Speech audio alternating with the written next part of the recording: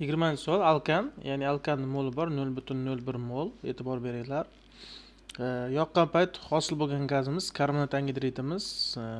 Bizda reaksiyada yoqish reaksiyasini to'liq yozib qo'ydim. Bizda kalsiy gidroksidga qo'shildi. Kalsiy gidroksid. Natijada kalsiy karbonat va suv hosil bo'ladi.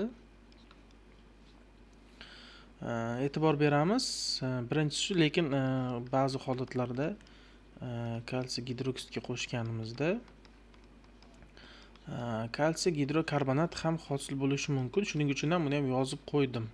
Gidrokarbonat ham deb bu 2 bo'ladi. Mana buni biz hisoblab olishimiz kerak.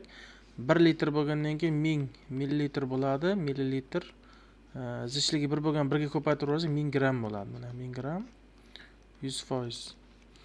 Bizda 0,148% da qancha bo'ladi deymiz. Shunda 1000 ni ko'paytiramiz. 1000 ko'paytiramiz 0,148 bo'lamiz 100 deb bo'lsak 1,48 chiqdi. 1,48 bo'lamiz 74 ga. 74 kalsiy gidroksid bo'lamiz 74. 0,02 bo'ldi. 0,02 mol mana bu bor ekan. 1 gram cho'kma tushibdi. Endi mana bu 1 gram tushsa bu 1000 gram bo'ladi.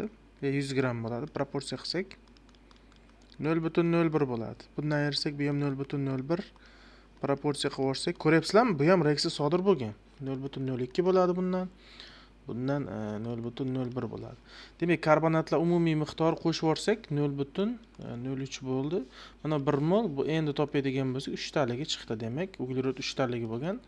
S3H8 propan bo'lgan. Javobimiz C bo'ladi.